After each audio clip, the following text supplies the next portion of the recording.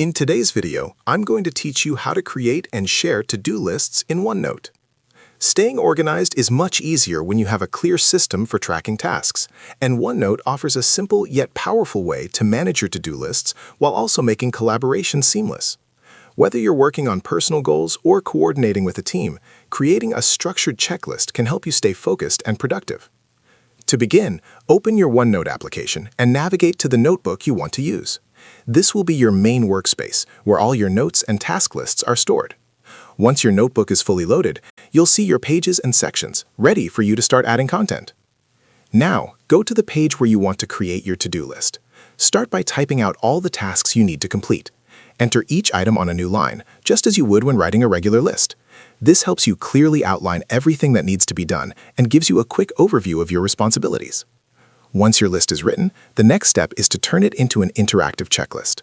Look at the top of your screen and click on the Home tab. This section contains a variety of tools for formatting and organizing your notes. Within this tab, find the option for tags, which includes the checkbox feature used for task management. Select the option that allows you to insert a to-do tag. As soon as you apply it, a checkbox will appear next to your tasks, transforming your simple list into something you can actively track. As you complete each task, you can click the checkbox to mark it as done, making it easier to monitor your progress.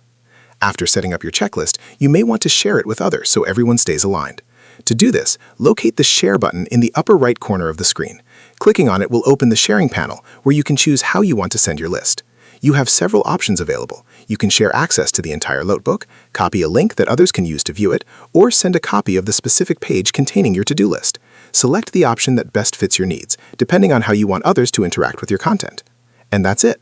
You've successfully created a functional to-do list and shared it for collaboration, making task management more efficient and organized.